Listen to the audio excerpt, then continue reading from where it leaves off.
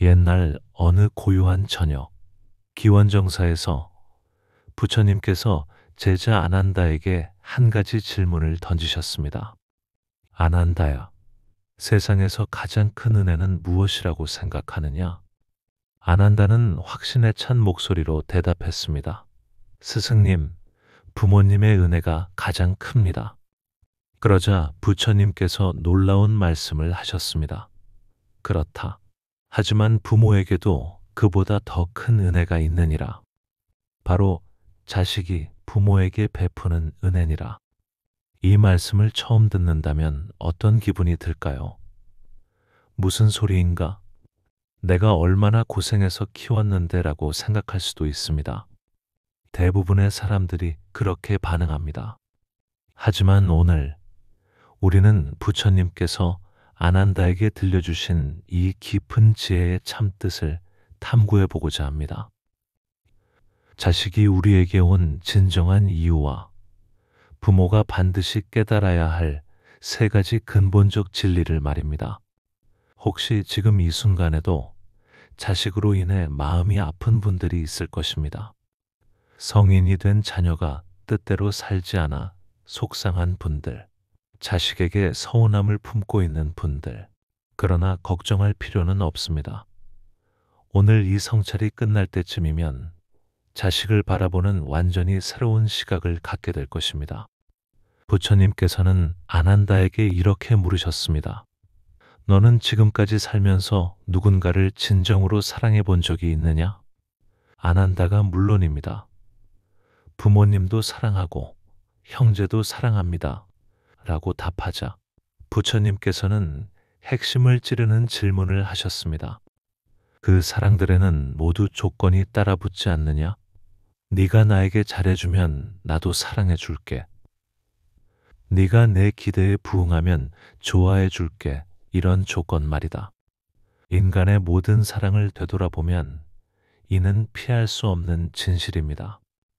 우리가 지금까지 해온 사랑들에는 어떤 기대나 조건이 따라붙었습니다. 상대방이 나를 실망시키면 사랑이 식어갔고 나에게 해를 끼치면 원망이 생겨났습니다. 그런데 자식을 향한 부모의 사랑은 어떠할까요? 아이가 밤새 울어도 열이 나도 말을 듣지 않아도 그 사랑이 변하는가요? 오히려 더 간절히 보살피게 됩니다. 아이가 아플수록 더 애타게 돌보고 울수록 더 달래려고 합니다.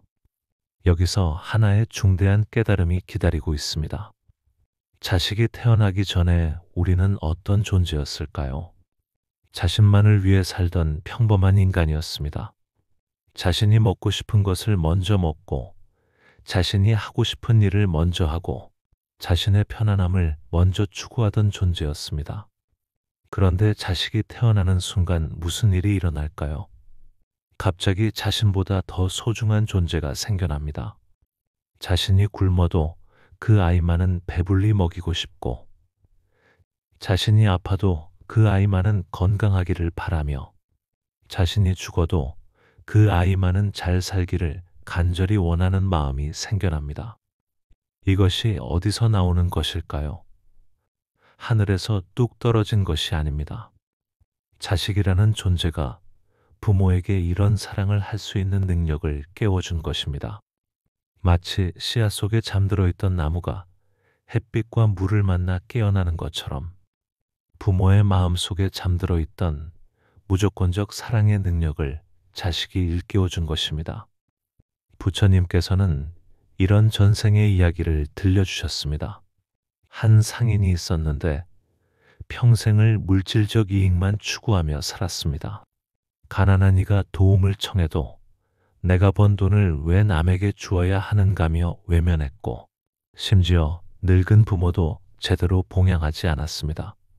그는 오직 자신의 부와 성공만을 생각했습니다. 그런데 그가 다음 생에 태어났을 때 아이가 생겼습니다. 그 순간부터 그는 완전히 다른 인간이 되었습니다. 자신의 모든 것을 아이를 위해 내어주었고 심지어 길거리의 다른 아이들을 보면 우리 아이와 같구나 하며 연민을 느끼게 되었습니다. 가난한 이들을 도와주기 시작했고, 이 아이가 사는 세상이 따뜻한 곳이 되었으면 좋겠다는 마음에서였습니다. 이것이 바로 자식이 부모에게 주는 첫 번째 은혜입니다. 진정한 사랑이 무엇인지를 몸소 가르쳐 주는 것입니다. 조건 없는 사랑, 희생적인 사랑, 무한한 사랑을 할 수 있는 능력을 일깨워 주는 것입니다.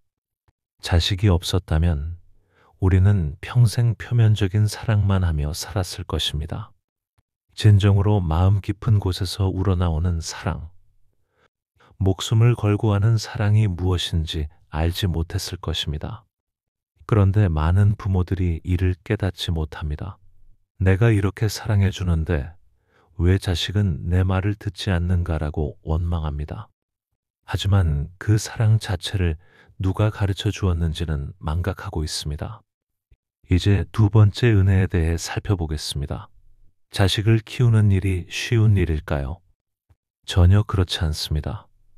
밤잠을 설치고 온갖 걱정을 하고 때로는 분노하고 절망합니다.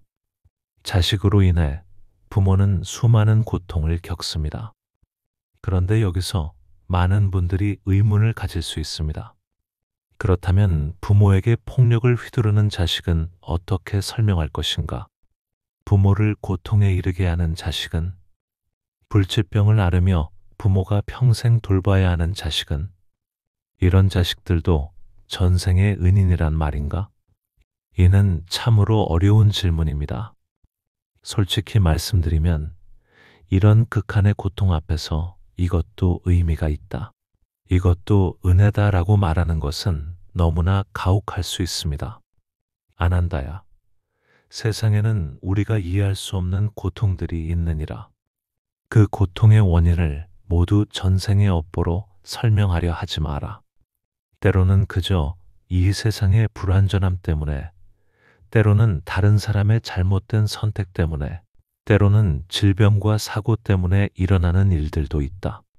중요한 것은 그 고통에 무리하게 의미를 부여하려 애쓰는 것이 아니라 그 고통 속에서도 사랑을 잃지 않으려 노력하는 것이니라. 그것만으로도 충분히 위대한 일이다.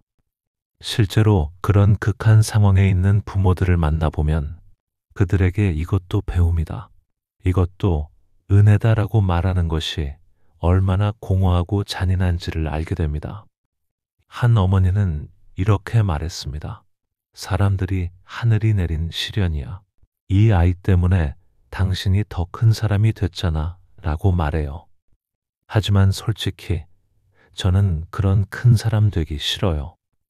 그냥 평범한 엄마로 평범한 아이와 평범하게 살고 싶었어요. 이 말이 얼마나 진실한지요. 그렇다면 우리는 이런 상황을 어떻게 이해해야 할까요? 아마도 이렇게 말할 수 있을 것입니다. 모든 고통에 반드시 의미가 있다고 단정할 수는 없습니다. 하지만 그 고통을 겪어내는 과정에서 원하지 않았지만 우리 안에서 무언가가 깊어지는 것도 사실입니다. 그것을 은혜라고 부르기에는 너무 가혹하지만 그것이 완전히 헛된 일만은 아니라는 것 정도는 말할 수 있을 것입니다. 사실 가장 어려운 자식을 둔 부모들 중에는 놀라운 지혜와 깊이를 가진 분들이 많습니다. 하지만 그것이 그들이 그런 고통을 겪어야 했다는 것을 정당화하지는 못합니다.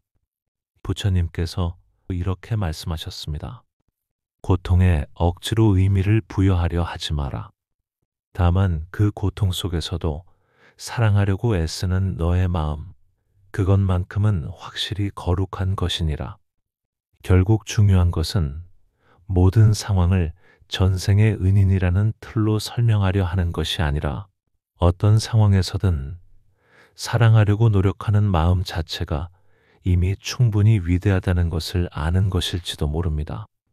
자식을 키우기 전에 부모를 생각해 봅시다. 조금만 힘들어도 더 이상은 못하겠다 포기하고, 조금만 잠을 못 자도 짜증을 내고, 조금만 돈이 들어도 아까워하고, 자신에게 조금이라도 손해가 오는 일은 피하려고 했습니다. 그런데 자식이 생기면 어떻게 될까요? 아무리 힘들어도 포기할 수 없게 됩니다. 밤새 잠을 못 자도 아이를 돌봐야 하고, 아무리 많은 돈이 들어도 아이에게 필요하면 아낌없이 쓰게 되며, 자신이 아무리 피곤해도 아이를 위해서는 어떻게든 해내야 한다는 의지가 생겨납니다. 인내심이 생겨나는 것입니다. 그뿐만 아니라 책임감도 생기고, 계획성도 생기고, 미래에 대한 깊은 사고도 하게 됩니다. 예전에는 오늘만 살면 된다던 존재가 20년, 30년 후를 내다보며 계획하게 되는 것입니다. 아이의 교육비는 어떻게 마련할 것인지, 아이가 결혼할 때는 어떻게 도와줄 것인지, 가장 중요한 것은 감사할 줄 아는 마음이 생겨난다는 것입니다. 자식이 아플 때 얼마나 간절히 기도하게 됩니까? 부디 이 아이만은 건강하게 해달라. 내가 대신 아파도 좋다.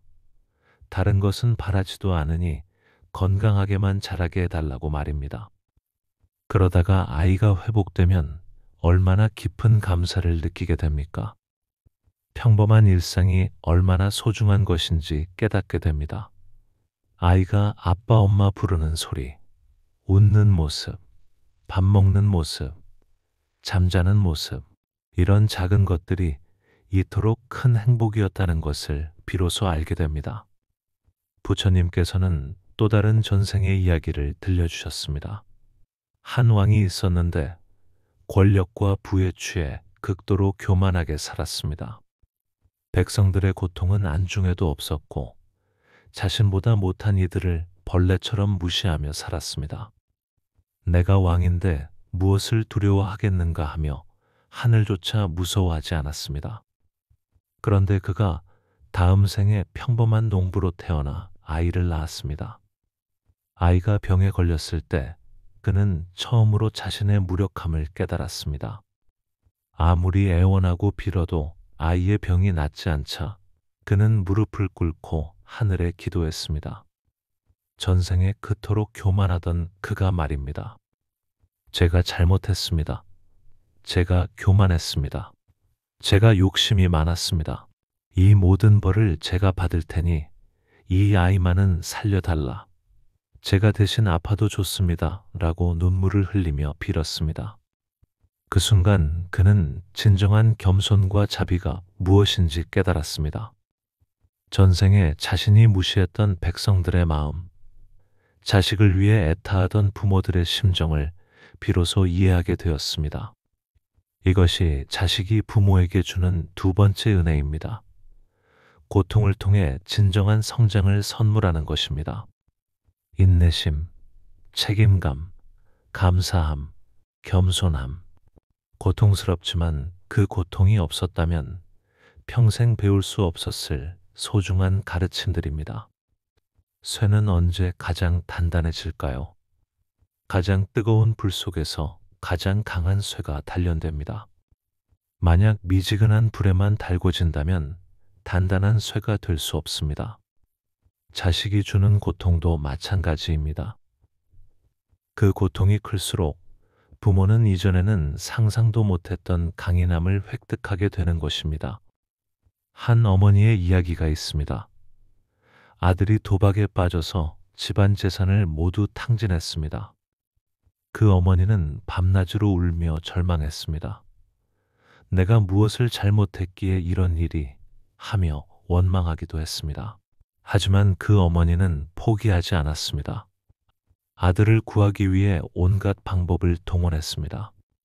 돈을 빌려다가 아들의 빚을 갚아주기도 하고, 아들을 붙잡고 밤새 대화하기도 하고, 절에 가서 기도하기도 했습니다.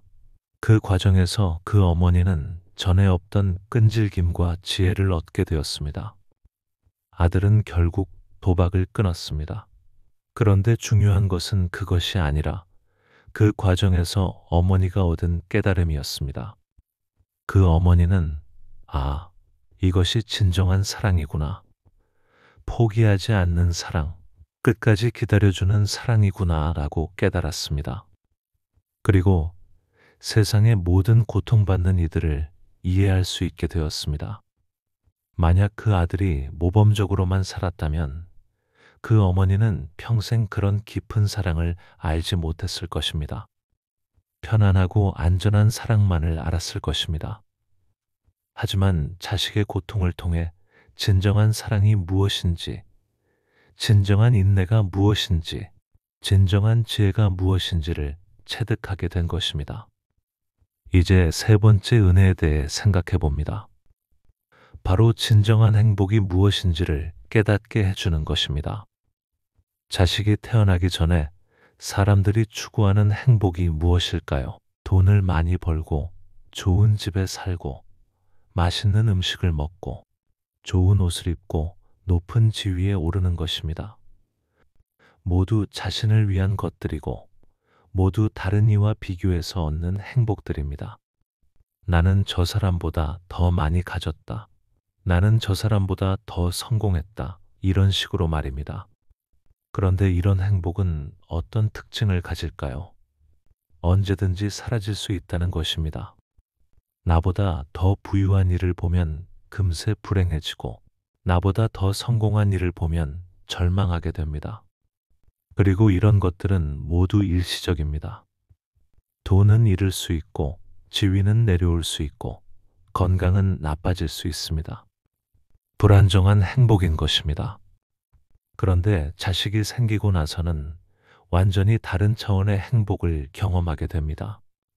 아이가 첫걸음말을 했을 때, 처음 엄마 아빠라고 불렀을 때, 유치원에서 그린 그림을 가져왔을 때의 그 기쁨을 떠올려 봅시다.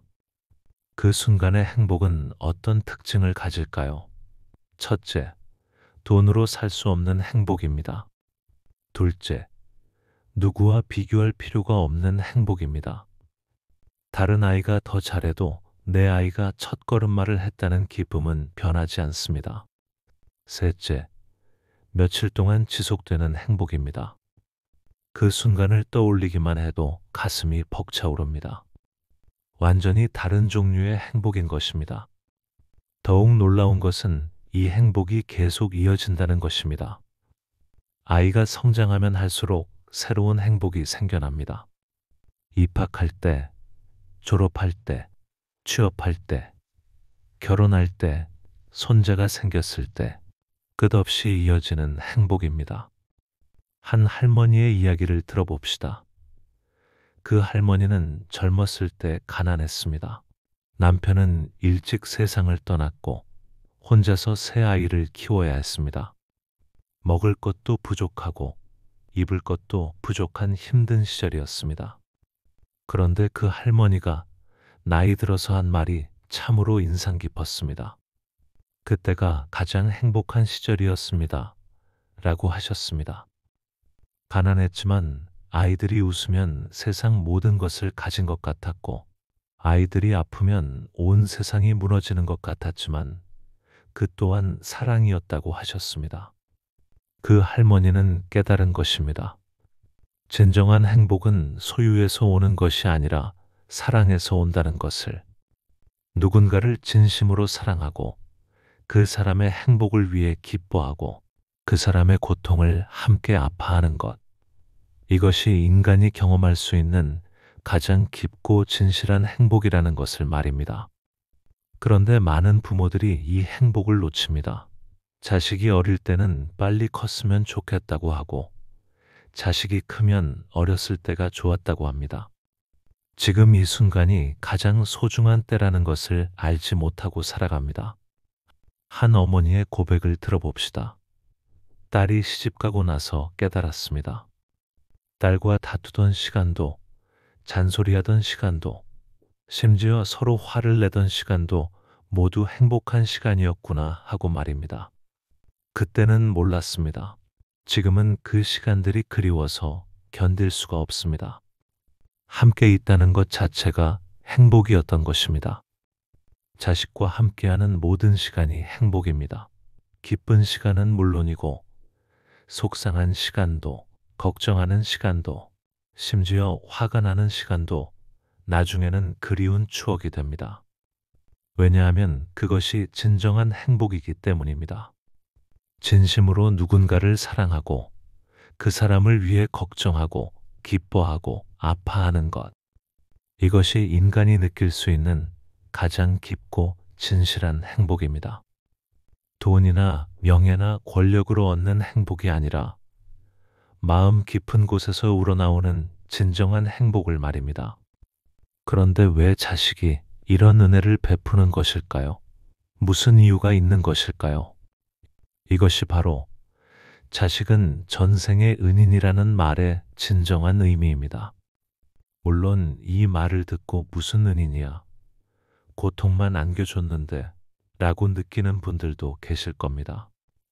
실제로 자식으로 인해 깊은 상처를 입은 분들에게는 전생의 은인이라는 말조차 부담스럽게 들릴 수 있습니다. 그런 분들께 부처님께서는 이렇게 말씀하셨습니다. 모든 고통에 무리하게 의미를 붙이려 하지 마라. 다만 그 고통 속에서도 사랑하려는 마음, 그것만으로도 이미 거룩하니라. 그러니 은인이라는 말은 억지로 받아들일 필요가 없습니다. 다만 이 인연을 통해 내 안에서 무언가가 조금 더 깊어졌는지, 지금 나는 어떤 마음을 품고 살아가고 있는지만 조용히 돌아보는 것으로도 충분합니다. 전생에 부모와 자식 사이에는 깊은 인연이 있었습니다. 어떤 때는 부모가 자식에게 큰 은혜를 베풀었고, 어떤 때는 자식이 부모에게 도움을 주었습니다. 그런데 그 은혜를 다 갚지 못하고 생을 마감한 영혼들이 있습니다. 그런 영혼들이 다시 만나서 서로에게 은혜를 갚기 위해 부모와 자식의 인연을 맺는 것입니다. 그런데 그 빚을 갚는 방식이 특별합니다. 물질적인 것을 주는 것이 아니라 정신적인 성장을, 영적인 깨달음을 선물하는 것입니다. 무조건적 사랑을 가르쳐 주고, 고통을 통한 성장을 경험하게 해주고, 진정한 행복이 무엇인지 깨닫게 해주는 것입니다. 네가 와주어서 고맙다. 네 덕분에 내가 진정한 사랑이 무엇인지 배웠다. 네 덕분에 내가 성장할 수 있었다. 내 덕분에 진정한 행복이 무엇인지 알았다. 라고 말입니다. 하지만 많은 부모들이 이를 깨닫지 못합니다. 자식에게 내가 너를 위해 이만큼 했는데 왜 이렇게 하는가라고 원망합니다. 자식이 자신의 기대대로 살지 않으면 실망하고, 자식이 성공하지 못하면 부끄러워합니다. 자식은 부모의 소유물이 아닙니다. 그렇다면 부모는 어떤 마음으로 자식을 대해야 할까요? 첫째, 감사하는 마음입니다. 자식이 와주어서 감사하고, 자식이 가르쳐준 사랑에 감사하고, 자식이 주는 모든 경험에 감사해야 합니다. 둘째, 겸손한 마음입니다. 자식에게서 배운다는 마음으로 겸손하게 대해야 합니다. 셋째, 놓아주는 마음입니다. 자식은 자신의 길을 가야 하는 독립된 존재입니다. 부모의 기대나 욕심에 맞춰 살 필요가 없습니다. 자식이 자신의 길을 갈 수 있도록 사랑으로 지켜보는 것입니다. 이렇게 할 때 부모와 자식 모두 진정한 행복을 찾을 수 있습니다. 자식과의 인연은 이 생으로 끝나지 않습니다. 내 생에도 계속 이어집니다. 때로는 부모와 자식이 바뀌기도 하고, 때로는 형제가 되기도 하고, 때로는 친구가 되기도 합니다. 인연은 계속 이어지는 것입니다. 그래서 더욱 소중합니다. 지금 이 순간의 만남이, 지금 함께하는 이 시간이 얼마나 귀한 것인지 깨닫게 됩니다. 자식은 정말로 부모에게 무조건적 사랑을 가르쳐주고, 고통을 통한 성장을 선물하며 진정한 행복이 무엇인지 깨닫게 해주는 소중한 존재입니다. 자식에게 원망하지 말고 감사하되, 동시에 부모로서의 책임을 다해야 합니다. 자식을 소유하려 하지 말고 존중하되, 올바른 길로 인도하는 것을 포기해서는 안 됩니다. 자식에게서 배울 것은 배우되, 부모로서 가르쳐야 할 것은 가르쳐야 합니다. 자식이 건강한 정신을 가진 성인으로 성장할 수 있도록 최선을 다하는 것. 이것이 부모가 자식에게 줄 수 있는 가장 큰 선물입니다. 자식은 우리가 온 마음을 다해 길러내야 할 소중한 생명입니다. 이 진리를 깨닫고 감사하는 마음과 함께 책임감을 갖고 살아간다면 우리의 삶은 더욱 깊고 의미 있는 것이 될 것입니다. 이것이 부처님께서 아난다에게 그리고 우리 모두에게 전해주신 영원한 지혜입니다.